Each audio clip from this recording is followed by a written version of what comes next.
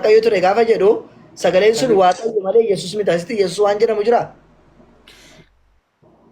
Waa'ee sagalee gaafa haasa'aa jiru waa'ee Kiristoos haasa'aa jira. Konseptiin macaafa qulqulluu Yohaannis tokko irra jiru jechaadha. Bakka isaatti ilaalla. Amma asitti garuu sagalichis waaqayyo ture kan jedhu suni waa'ee sagalee haasa'aa miti. Asitti garuu akka ifatti nutti himaa jirti macaafni. Sagalichis waaqayyo turedha. Waa'ee sagalee miti haasa'aa jiru. Sagalichi Kiristoosidha. Sanitti dhufna gaditti amma garuu asitti kan dubbataa jiru waa'ee sagalee malee waa'ee Yesuus dubbataa jira. Tokko tokko irratti. Yesuus dubbataa jira, waa'ee sagalees dubbataa jira. Waa'ee Kiristoos dubbachuudhaaf jedhee waa'ee sagalee deemee jechaadha. Tokko irratti moo mee Yesuus kan jedhu tokko tokko irratti na agarsiisi. Na dubbisuu dandeessi. Tokko tokko irra hin jiru. Gajjallaa isaa jira. Tokko tokko irra hin jiru waan ta'eef tokko tokko irra jiru dubbanna. Isa iddoo jiru immoo idduma jiru taasifna. Ammas tokko tokko irratti maqaa Yesuus jedhu hin jiru. Waa'ee sagalee dubbatame. Amma koo daayirektii maqaa Iyyasuus waan jedhamu waan achirra barbaaddeefidha malee saasitu. Waa'ee Iyyasuus Kiristoos achirratti akka dubbatamaa jiru. Maqaan daayirektii achirratti dhaame waa'ee nyuutii sagalee moo waa'ee Yesuus? Maqaan achirratti dhaame. Waa'ee sagaleeti. Sagaleen sun garuu waaqayyo. Sagaleen sun eenyutti fakkaata? Sagaleen sun eessatti akka Yesuusiin ta'edha natti agarsiista. Amma garuu yeroodhaaf kan inni dubbataa jiru eegaa. Nice question. Sagalichi jalqaba waaqayyoon bira turedha. Waaqayyo silumaa jira ture. Na dhaggeeffadhu kaal tokko akkan jedhe. Sagalee waa'ee sagalee dubbataara. Waa'ee Yesuus bira hin geenye amma miti. Kanaafuu waa'ee sagalee dubbanna. Jalqaba sagalee ture sagaleen sun waaqayyo bira ture sagaleen sun ture waaqayyo ture mee?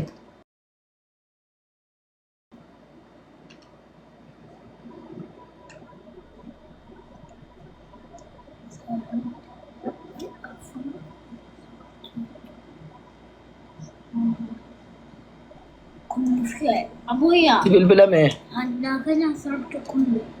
Asanta ta'eeka. Abuya. Abuya. Eeshi. Singitaan jirtaa? Wal tokko karaa Lu fi kunaaf social. Singitaan? Normal. Bosona jirtaa? Sakapli. Jira. Waa'ee Yesuus Kiristoos waan tokko tokko as keessaa si agarsiisee haa xumurru asitti sagantaa keenya. Ayyee rakkoo hin qabnu argisiisa.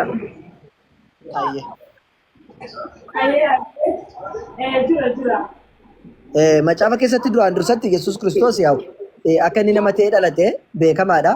Sana sitti agarsiisa dura nama ta'ee dhalachuu lakkoofsa 26 Luqaas Wangeela jechuudha. Boqonnaa lakkoofsa 26 kaasee dubbisne Elsaabeet ulfooftee dhagaa artaame. Elsaabeet ulfooftee ji'a ja'affaatti ergamichi Gabri'eel Waaqayyo biraa kutaa biyya Galiilaa mandara Naazreet jedhamutti ergame. Ergaan isaas gara durba Maariyaam jedhamu tokkotti ture. Isheen nama Yoosef jedhamu sanyii Daawit keessaa dhalate. Tokkoof kaadhimamtee turtee jedha. Ergamichi isheetti mul'atee Waaqayyo gooftaan si wajjin jira hoo nagaan siif haa ta'u yaa ayyaana qabeetti ittiin jedhe. Maariyaam nagaa kana yommuu dhageesse yaadaan dhiphattee kun maal jechuudha jettee of gaafatte. Yommus ergamichi isheedhaan yaa Maariyaam Waaqayyo bira ayyaana argatteetta hin sodaatin jedhe. Maal argatteetta? Ayyaana argatteetta hin sodaatin. Kunoon ulfooftaa ilma siin deessaa jedheen gaafa dhufe maal deessa jedheeni? Ilma hin deessanii. Ilma hin deessaa jedheen. Kanuma Maatewos Wongeel boqonnaa tokko lakkoofsa 23 akka biratti naa dubbatu maal jedheeni 21 irratti isheen ilma hin deessii jedheen dhufe. Akkas maali? Ilma deessimi? Maatewos meeqa kun? Maatewos tokko 21. Inni duraa? Inni duraa immoo Luqaas tokko 26. 45 Okay.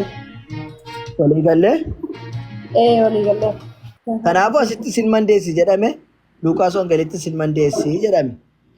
Tole ilmi kun immoo gaafa guddatu eenyu ture jennaan gaafa guddatus ilma namaa ture jechuudha. Yohaannis Wongeel boqonnaa 8 lakkoofsa 26 irratti maal jedha? 28 kanaaf Yesuus ilma namaa kana jedhe. Ilma namaa kana erga muka irratti ol fuutanii jedhee dubbate. Yesuus eenyudha? Ilma namaati. Yesuus ilma namaati. Tole Yesuus ilma namaa erga ta'eeti ilmi namaa kunoo eessatti ergamee jennaan ergamaan ta'uusaa beekamaadha. Qo'ee ergamaa ta'uusaa dura agarsiisna. Yohaannis Wongeel boqonnaa 17 lakkoofsa 3 irratti maal jedhe Waaqayyos tokkicha isa dhugaa Yesuus Kiristoos isa ati ergites beekuun isaanii jireenya bara baraati jedhe. Yesuus isa kam isa ergites. Waaqayyo tokkicha jira isa dhugaa tokkotu jira jechuudha. Waaqayyos tokkicha isa dhugaatu jira. Inni immoo isa Yesuus Kiristoosiin ergedha jechuudha. Amma Yesuus Kiristoos ergamuusaa walii galle. Tole Yesuus Kiristoos ergamuusaa walii galle. Eessatti ergame jennaan immoo kan inni itti ergame warra Israa'el qofatti ergame. Boqonnaa 15 daqiiqaa bitu. Boqonnaa 15 lakkoofsa 24 irratti. Maal jedhee inni immoo deebisee Yesuus Maalidha wangeela maali? Maatiyos. Wangeela Maatiyos Maati. boqonnaa 15 lakkoofsa 24. Ashi. Maal jedhee inni immoo deebisee ani warra akka hoolota karaa irraa goranii mana Israa'elii badan duwwaaf malee hin ergamne jedhe. Eenyuuf ergame? Warra akka hoolota karaa irraa goranii mana Israa'elii badan. Ewa. Jara duwwaaf ergame jechuudha. Akkasimi Okay. achi duwwaadhaaf ergame.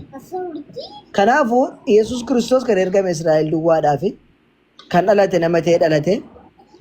Kanuma Quraannis Yesuus abbaa malee kan dhalate kan ergame Israa'eliif jedheedhaa dubbata. Akkuma inni nama jedhee ofii ragaa ba'e fakkeenyaaf Yohaannis Wongeel boqonnaa 8 lakkoofsa 40 ani nama jedheetu ragaa ba'e. Ani dhugicha isa Waaqayyo irraa dhaga'ee isinitti himeera. Isin garuu ana nama akkasii ajjeesuu barbaaddu. Abrahaam akka kana hin hojjenne jedheen. Nama akkamii hojii ajjeesuu barbaaddu? Ana nama akkasii ajjeesuu barbaaddu jedheen. Walii galle. Kanaaf nama akkasiidha ana ajjeesuu barbaadu jedhee Yesuus Kiristoos nama ta'uusaa dubbate jechuudha. Kanaaf akkuma bisilayyuu immoo jarnutti manii gooftummaa hundumtuu lafaaf waaqarratti naa kennameera kan jedhame kan asitti agarsiise asirratti xumura. Maal yoo ilaalle Yesuus immoo gara isaanitti dhiyaate gooftummaan hundinuu waaqa irratti lafa irratti naaf kennameera. Gooftummaan waaqummaan namaaf kennama. Booni bosone. Wayye. Waaqummaan waan kennamu wayitiin qaamni wayii kan namaa kennu. Waan kennamuuti. Namni namaaf hin kennu waaqummaa. Waaqummaan durumaa kaasee waaqni waaquma ta'ee waan jiruuf waaqa ta'a malee qaamni biraan kennuufi. Wangeela maalitti inni kun? Kun immoo wangeela Maatiyos boqonnaa 28 lakkoofsa 18 irratti.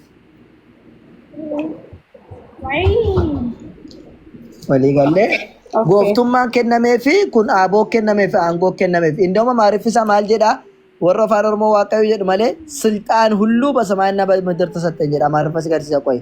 Silxaana malee waaqummaa miti. Silxaana immoo maal ta'a Waaqayyo ergamaa isaatiin kennu taanaan eenyuuf kennare?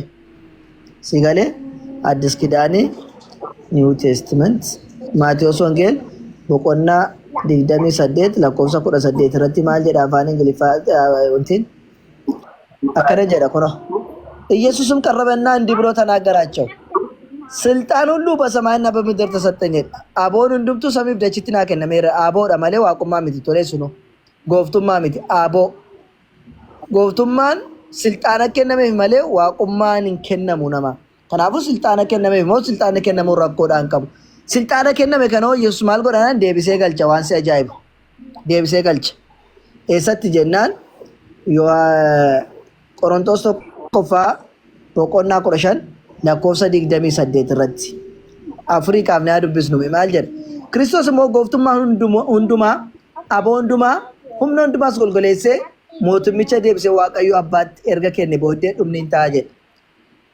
Maal deebisee kenna Yesuus gooftummaa silatti kenname sana hundayyuu deebisee kenna. Aboo hundumaa humna hundumaas golgoleessee mootummicha deebisee Waaqayyo abbaatti erga kenne booddee dhumni hin ta'a jedhe. Hin deebisaami? Hayyee lakkoofsa 25tti Waaqayyo diinota hundumaa miilla isaa jala hamma kaa'ufitti Kiristoos moo'utu ta'a. Hundumaa booddee egaa Waaqayyo sitti maal godha? Diinota isaa hundumaayyuu miilla isaa jala godhaaf. Lakkoofsa 25tti immoo 26 irratti hundumaa booddee diinni keenya du'atu golgoleeffamaa jedhe. Lakkoofsa 27 irratti caafanni qulqullaa'aan Waaqayyo wanta hundumaa miilla isaa jala galcheera jedhee wanta hundumaa miilla isaa jala galcheera yommuu jedhu Waaqayyo inni waan hundumaa miilla isa Kiristoos jala galchee immoo ofii isaatti miilla jala akka hin galiin mul'ataadha jedhe. Lakkoofsa 28 irratti maal jedha asitti gaa dubbiin. Wanti hundinuu ilma Waaqayyo jala yommuu galfamu inni immoo ofii isaatii Waaqayyo isa waan hundumaa miilla isaa jala galche jala galaa jedhe. Yesuus deebi'ee ofii isaa jala maal jala gala? Miilla isaa jala gala. Miilla Waaqayyo jala. Siigalee? Kanaafuu Waaqayyo jala deebi'ee galuu danda'a? Danda'u. Kanaafuu Yesuus Kiristoos Waaqa ta'uu dhiisuunsaa ragaa guddaadha jechuudha.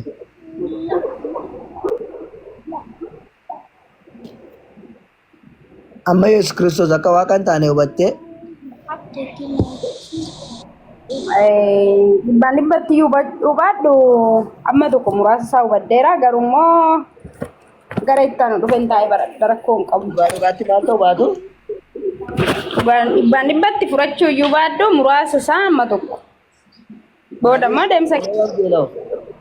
adeemsa keessa dubbisee macaafas dubbisee hunda isaa dhugaa jiru adda baasee.